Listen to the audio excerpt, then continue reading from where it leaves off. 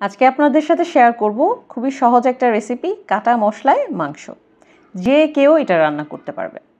1 KG গরুর মাংস নিয়েছি হাড়সহ, 1 কাপ পেঁয়াজ স্লাইস মোটা করে কাটা, 1 টেবিল চামচ আদা কুচি, 1 টেবিল চামচ রসুন কুচি দিয়ে দিচ্ছি, 6টা শুকনো মরিচ, তেজপাতা, দারচিনি, এলাচ আর গোলমরিচ দিয়ে নিয়েছি, লবণ দিচ্ছি, টক দই দিচ্ছি আধা কাপ, সরিষার তেল আধা কাপ, আপনারা সয়াবিন তেলও দিতে পারেন। এখন সব কিছুকে খুব ভালো করে মিশিয়ে নিব। আপনারা এটা হাতেও মাখাতে পারেন। মেশানো হয়ে গেলে এখন রান্না যে পাতিলে করব সেই পাতিলের মধ্যে ঢেলে দিব। এটা আপনারা চাইলে পাতিলটার মধ্যে একেবারেই মাখাতে পারেন। এখন ঢাকনা দিয়ে এটাকে একদম লো হিটে চুলার মধ্যে রেখে দিব যতক্ষণ না এরকম করে পানি বের হয়ে আসবে। এই রান্নায় কোনো ধরনের পানি ব্যবহার করব না।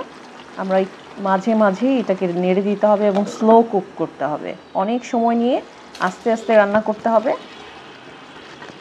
কিছুক্ষণ পর পরই নেড়ে দিতে হবে।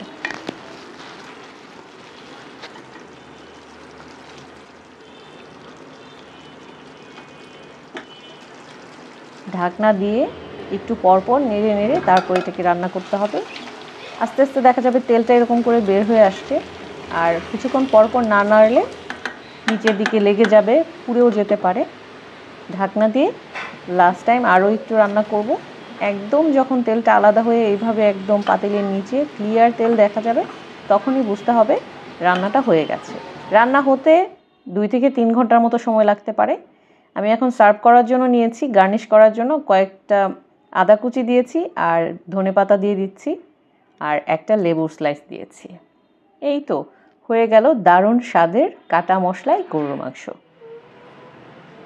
আপনারা খাসির মাংস দিয়েও করতে পারেন। আশা করছি আপনাদের ভালো লাগবে।